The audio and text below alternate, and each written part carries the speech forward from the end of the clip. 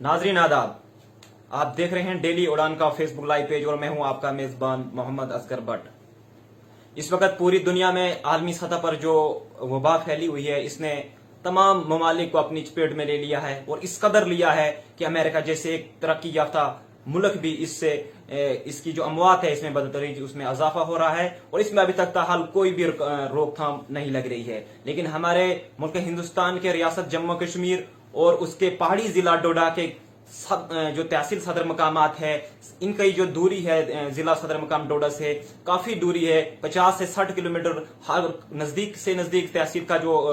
जिला सदर मकाम और तहसील सदर मकाम की जो दूरी है कम से कम 20 से उससे जायद ही इसकी मसाफत है। और तहसील कास्तीगढ़ जो जिला रामबन और डोडा का सरहदी इलाका है, जिला डोडा और रामबन का सरहदी इलाका ब्लॉक कास्तीगढ़, जहां पर 50 से 60 हजार आबादी इस वक्त मुकीम है। पहाड़ी इलाका है, बर्फ से अभी भी पहाड़ ढके हुए हैं। लेकिन वहां के जो चेयरमैन हैं, ब्लॉक डेवलपमेंट काउंसिल चेयरमैन और कांग्रेस के ब्लॉक सदर काफी एक्टिव सियासी कारकुन हैं जो किसी की तारीफ के मोहताज भी नहीं है, लेकिन तारुफ करना बिल्कुल जरूरी होता है। तो हमारे साथ इस वक्त बराह रास्त डेली उड़ान के फेसबुक पेज पे हैं अब्दुल गनी भट्ट साहब। भट्ट साहब, लॉकडाउन का मरहला 4 मरहले गुजर जाने के बाद अब अनलॉक फर्स्ट चल रहा है, तो कैसी सूरत हाल है आपके ब्लॉक में? जी, सबसे पहले मैं आपको सलाम पेश करता हूं और आपका बहुत बहुत शुक्रिया अदा करता हूं कि आप हमारे इस प्रोग्राम के लिए आप हमें बड़ी मेहनत से हमारे साथ जुड़े हुए हैं। लॉकडाउन जिस वक्त जो 4th कंप्लीट होने वाला है, तो इस बीमारी के जो हमारे इस इलाके में भी अभी तो इंशाल्लाह अल्लाह के फजल व करम से अभी तो ठीक ही हैं, लेकिन डिस्ट्रिक्ट डोडा में अभी तक हम बड़े सेफ थे। अभी बीच में कुछ पॉजिटिव केस आ रहे हैं, तो इससे ज़्यादा ही लोगों को चिंता बढ़ रही है। लॉकडाउन के दौरान में मैंने ज़्यादातर ये देखा कि हमारा जो पहाड़ी इलाका है इसमें लोग तो अभी तक खुश भी थे, लेकिन कुछ थोड़ा सा बीच में मैंने देखा कि लॉकडाउन में लोग जो हैं, खासकर हमारे पहाड़ी लोग हैं, एक तो ये मास्क पहनने से थोड़ा सा ग्रेज करते थे और दूसरा सोशल डिस्टेंस भी नहीं रखते थे। तो हमने अपनी पूरी टीम शुरू की। यहाँ पे एक वॉलंटियर टीम बनाई है जो कि हमारे तहसीलदार साहब जो अभी हमारे काश्तीगढ़ में यूनुस साहब आए हुए हैं, नए उनकी नई अपॉइंटमेंट हुई, नई यहाँ पे ट्रांसफ़र हुई है और यहाँ के लोकल भी हैं और एसएचओ साहब भी नए आए हैं और बीडीओ साहब भी हमारे यहाँ जो ब्लॉक काश्तीगढ़ में हेडक्वार्टर पे आते रहते हैं। तो हमने एक मीटिंग की जिसमें हमने लोगों को बहुत सख्ती से ये पेश आने की वारदातें की कि हर इंसान को मास्क होना चाहिए और सोशल डिस्टेंस बिल्कुल ज़रूरी होना चाहिए, जिसमें इस बीमारी का फैलाव जो है वो ना हो सके।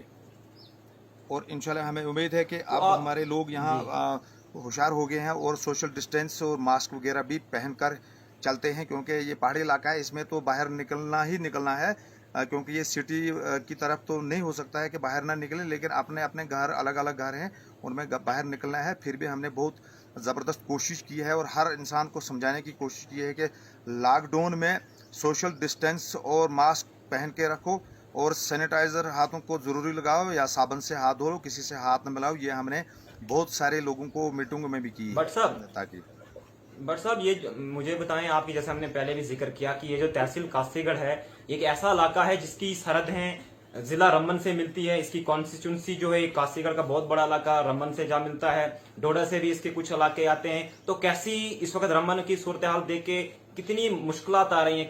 किन चैलेंजों का सामना करना पड़ रहा है? क्योंकि यहाँ से नकल मकानी हो रही है, यहाँ की रिश्तेदारी काफी ज्यादा रमन के साथ है। क्या ऐसे लोगों की नकलो हरकत पे आपने रोक लगाने की क्या क्या इक़दाम? जी हाँ, मैंने 28 तारीख को हमारी मीटिंग डीसी साहब यहाँ आए हुए थे काश्तीगढ़ में, सारस में हमारी एक स्कूल में मीटिंग हुई थी। मैंने पुरजोर अपील की है डीसी साहब से और बहुत मतलब सबों ने वहाँ पे जितने भी हमारे साथ सरपंच हजरात थे, एसएचओ साहब थे, तहसीलदार साहब थे और बीडीओ साहब थे, मैंने उनके सामने उनको बहुत बड़ी ये ताकीद की है कि हमारा जो ज़िला रामन और डोडा की सरहद का एरिया है, चाहे वो गलाधार है या राजगढ़ बड़तुंद का एरिया है, इसमें पूरे बॉर्डर पे समझें कि एक ऐसे नाके लगने चाहिए जिससे हमें यहाँ आने जाने की, वहाँ के लोगों को और यहाँ के लोगों को रिश्तेदारियों में आने जाने की बिल्कुल रोक लगाई जाए। और बहुत सारे लोग जो हैं वो पैदल भी आते हैं, जैसे गलाधार है और कुछ बीच में ऐसे भी रास्ते हैं जहाँ से लोग चोरी छुपे निकल आते हैं। इससे हमें यही मैंने इल्तिजा की है डीसी साहब को कि इस इलाके को पूरा सील किया जाए, पूरे रास्ते बंद किए जाएं और जो गाड़ियों की आमदोरफ्त है, नकलो हरकत है, वो भी बंद होनी चाहिए ताकि ये फैलाव रामबन डिस्ट्रिक्ट और डोडा डिस्ट्रिक्ट में नहीं होना चाहिए। बट साहब मुझे बताएं, कास्तीगढ़ से मुझे मुसलसल ये लोगों की फोन कॉल भी आई है, जो आपकी 11 पंचायतें हैं, मनरेगा का इशू सबसे अव्वल फहरिस्त पे है कि लोग कह रहे हैं कि उनको ये मुकम्मल उजरतें नहीं मिली है। उन्हें 2019-20 का काम किया था, उसकी उजरतें नहीं मिली थी। 16-17-18 का जो मटेरियल का पैसा है वो नहीं मिला है। तो किस तरह से आप लोगों की मुश्किलात का अजाला कर रहे हैं लॉकडाउन के दौरान, क्योंकि इस वक्त गरीब तबका जो है इलाका में इसी उजरत पर उसी पे वो डिपेंड करते हैं, तो कैसे आप लोगों की मुश्किलात का अजाला कर रहे हैं? देखिए, जहाँ तक एमजी नरेगा का सवाल है वहाँ तक अभी कुछ पेमेंटें हुई भी हैं, लेबर पेमेंट हुई है, लेकिन अभी जो मटेरियल पेमेंट है वो चाहे इस साल की हो या 17-18, 16-17 की हो, तो अभी नहीं हुई है, आई है। इसका फंड्स अभी बकाया ही लोगों को है देने के लिए। लेकिन मैंने डीसी साहब से भी इल्तिजा की है और पहले भी हमने बहुत बार मीटिंगों में ये किया है कि जो भी मटेरियल का पिछला पैसा है वो हमें रिलीज होना चाहिए, ताकि इस वक्त लोग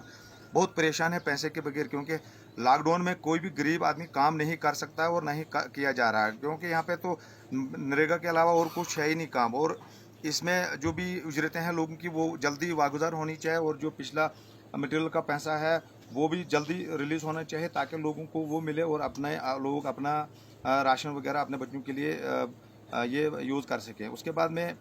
दूसरी तरफ से ये भी बोलना चाहता हूँ कि नरेगा का काम इस साल जल्दी शुरू होना चाहिए, ताकि ये जो 3 महीने 4 महीने से लेकर ये महामारी का दौर है और इसमें लोग बाहर काम पे नहीं जा सके, और जो बाहर थे भी वो बेचारे वहाँ लॉकडाउन में फंसे, उनने तो अपना जो भी पैसा कमाया हुआ था वो वहीं पे खाया, और जो यहाँ लोग फंसे हुए थे घरों में उनने तो कोई काम नहीं कर पाए। इसलिए मेरी एडमिनिस्ट्रेशन से, खासकर डीसी साहब से ये रिक्वेस्ट है, मैंने पहले भी रिक्वेस्ट की है अपने 28 तारीख की मीटिंग में, कि नरेगा का काम सबसे पहले हमारे इस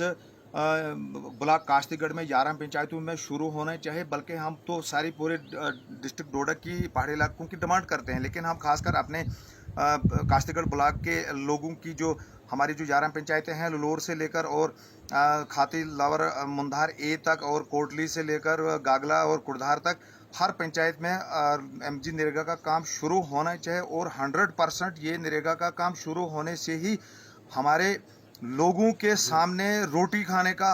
हाल है। अगर काम ना होगा तो रोटी लोगों को हम नहीं दे सकते हैं, और ना ही एडमिनिस्ट्रेशन के पास कोई और कोई साधन है। मेन एक ही जरिया है एमजी नरेगा का, जिससे आवाम लोगों को, गरीब लोगों को रोटी मिलेगी। बिल्कुल।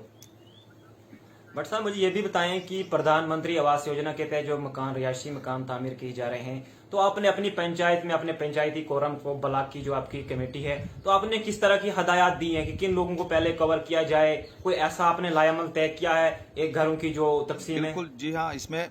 जो PMAY के मकान जो है, हमने सबसे पहले पूरे ब्लॉक के सरपंच हजरात और पंच हजरात को ये दिया हुआ है, एक मैसेज दिया हुआ है कि सबसे पहले PMGYS मकान के तहत उस आदमी को लाओ, उस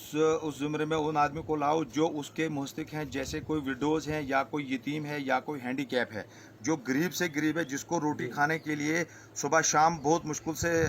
गुजारा करना पड़ता, उन लोगों को दे दो जिनको मकान बिल्कुल बैठने के लिए नहीं है, जो इस वक्त भी किसी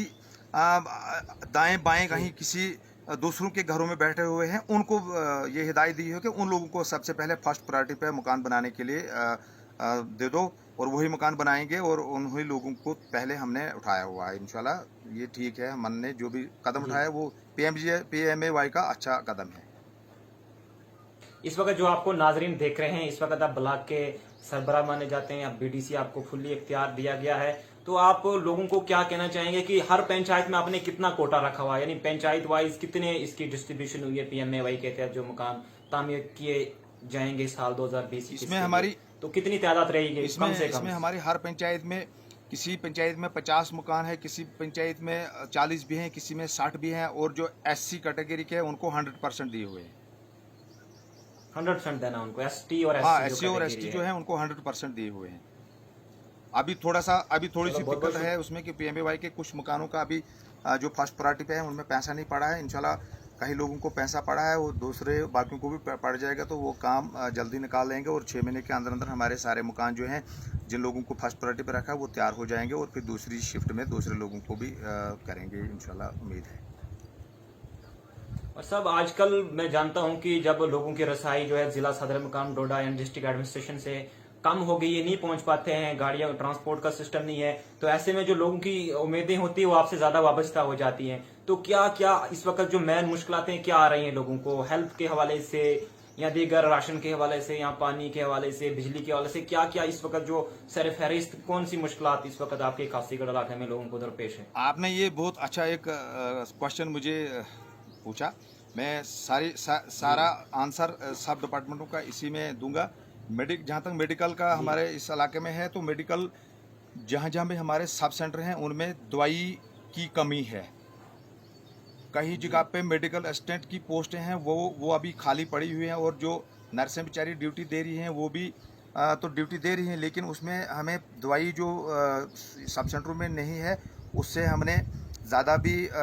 ये परेशानी देखी लोगों में। और मैंने बीएमओ साहब से भी पहले 2-3 दिन पहले, हफ्ता पहले रिक्वेस्ट की थी कि आप ये दवाई हर मेडिकल सेंटर में भेज दें। ज़रूरी इस वक्त मेडिकल जो हमारा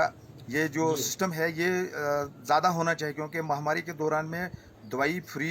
कई जगह पे मिली भी, लेकिन हमारे ब्लॉक में हमारे ऊपर वाले एरिया जो देहाती एरिया है, चाहे वो लुलोर है, गुरमुल है, कुड़धार है, धंधल, अपर मंदार, लोअर AB, इन एरियो में अभी दवाई जो है फ्री नहीं मिली है। तो मेरी एडमिनिस्ट्रेशन से ये रिक्वेस्ट है कि फ्री दवाई भी मिलनी चाहिए और मेडिकल सब सेंटरों में दवाई की हर वक्त सप्लाई होनी चाहिए, ताकि लोगों को कोई परेशानी ना पड़े। और अपने जहाँ भी ये जो मेडिकल हमारे यहाँ पे सब सेंटरों में जिनकी ड्यूटी हैं वो भी हर वक्त ड्यूटी पे रहने की हिदायत मैंने उनको की है, और कहा है बीएमओ साहब को भी कहा है कि उनको आप एक बार फिर नोटिस दे दें, ताकि वो हर वक्त अपनी सेंटर में ड्यूटी दें, ताकि लोगों को कोई परेशानी ना आए। दूसरा जो आप बोल रहे हो कि राशन की हमारे पास 3 महीने का राशन जो फ्री मिला है, तो मैं एडमिनिस्ट्रेशन से फिर ये अपील करूंगा कि कम से कम 3 महीने का राशन और फ्री होना चाहिए, क्योंकि इस वक्त लोग जो गरीब लोग हैं लॉकडाउन की वजह से, महामारी की वजह से हर तरीके से, हर कारोबार, हर काम करने से, अपनी दिहाड़ी लगाने से रह गए हैं। और 3 महीने का राशन तो गवर्नमेंट ने दिया, लेकिन मैं चाहता हूं कि 3-4 महीनों का और होना चाहिए फ्री, ताकि इन लोगों को वो बराबरी आ जाए। नहीं तो ये बहुत गरीब तो गरीब ही हो जाएगा, क्योंकि बच्चों को खाने के लिए राशन नहीं मिलेगा। APL राशन, जहाँ तक हमारे गरीब लोगों को APL राशन कार्ड है वो भी उनको भी फ्री होना चाहिए। ये हमने DC साहब से भी रिक्वेस्ट की है कि कुछ गरीब लोग ऐसे हैं जिनका राशन कार्ड APL है लेकिन वो फ्री के मुस्तक हैं, उनको फ्री मिलना चाहिए। जहाँ तक बिजली का सवाल आप बोल रहे हैं, बिजली का सवाल जहाँ तक आपको पता है कि 4-5 दिन पहले यहाँ चकरा में एक 11 kV लाइन गिरी और 2 लड़के बेचारे बिल्कुल जल गए, और वो इस वक्त भी जम्मू मेडिकल हॉस्पिटल में एडमिट हैं और उनकी हालत बहुत नाजुक बताई जा रही है। हमने DC साहब से भी, ADC साहब से भी, और मैं खुद SR साहब के भी पास गया। मेरे साथ धंधल से सरपंच साहब गुलाम हसन जी थे, जिनकी पंचायत में ऐसा हादसा हुआ, और मैं बिजली डिपार्टमेंट के एक्जिन साहब से भी मैंने रिक्वेस्ट की है कि जहाँ भी ये बोसीदा तारें हैं, चाहे वो LT की हैं, HT की हैं, उनको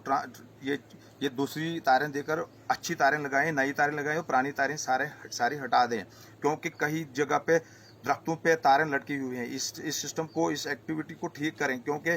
बिजली ही हमारा एक यहाँ रात का जरिया है कि बिजली के बगैर तो कोई रह नहीं सकता है और बिजली होनी चाहिए। दूसरा, कहीं ट्रांसफार्मर जल गए हैं उनको भी इमीडिएट ठीक करके फौरन भेज दें जहाँ भी ट्रांसफार्मर खराब हुए हैं। साथ में मैं एक बात और ज़रूरी बताना चाहता हूँ कि DC साहब से मैं और एडमिनिस्ट्रेशन से पूरे, बल्कि मैं ये लेफ्टिनेंट गवर्नर साहब के कान तक भी आवाज़ पहुंचाना चाहता हूं कि यहाँ पे जो हमारे गरीब लोग हैं जिनको ये 370 रुपये या 75 रुपये महीने का किराया दिया गया है, अब लोगों को बिल आ रहे हैं। ये किराया लॉकडाउन में जितना भी एरिया, जितना भी टाइम है, ये माफ़ होना चाहिए। और जहाँ तक पेची का सवाल है, पेची वालों का भी खास पेची वालों को भी खास ख्याल रखना चाहिए कि जहाँ भी होज़ हैं वहाँ होज़ों को साफ़ करें और दवाई डालें होज़ों में, ताकि ये जो जरासीम वगैरह हैं ये मर जाएं और लोगों को साफ़ पानी मुहैया हो, क्योंकि ये पानी से भी इन्फेक्शन जो है वो फैली जाती है। बट साहब बहुत बहुत शुक्रिया। वीडियो काफी तवील होती जा रही है, मसाइल की फहरिस्त बहुत लंबी है। बिजली का आपने जिक्र किया, बिजली का किराया जनवरी के महीने में 375 पार कर दिया गया लोगों को। गरीब मुस्तहिक अफराद जो ये गरीब मस्कीन लोग हैं जिनके घरों में सिर्फ एक बल्ब जलता है, लेकिन उसका किराया 108 से पहुंचाकर 375 पार पहुंचा दिया गया। बिजली होती नहीं है, मीटर उनके पास दिया ही नहीं गया। जब इससे पहले भी हमने बिजली के ऐसी से हमने बात की थी, उन्होंने बताया था कि अप्रैल के महीने तक लोगों को सरकार की तरफ से मीटर फराहम किए जाएंगे, लेकिन लॉकडाउन की वजह से वैसा नहीं हुआ। ऐसे लोग पिसे जा रहे हैं, हुकूमत को टस से मस नहीं हो रही है। लेकिन मुझे उम्मीद है कि गरीब लोगों के जो खासकर इस लॉकडाउन के दौरान को ये किराया नाजायज किराया उन पे थोपा गया है, उन पे वो बिजली का पूरा जो वसूली उन पे गरीब लोगों से की जा रही है, ऐसा नहीं होना चाहिए। बहुत बहुत शुक्रिया हमारे साथ बात करने के लिए। ये थे block development council Kastigarh Abdul Gani Bhat sahab, जिन्होंने अपने ब्लॉक के मुतालिक अहम जानकारी हमें दी, अपनी मुश्किलात को उजागर किया, इंतजामिया तक इन बातों को पहुंचाने की हमसे बात की। तो बहुत बहुत शुक्रिया। आप देखते रहिए डेली उड़ान।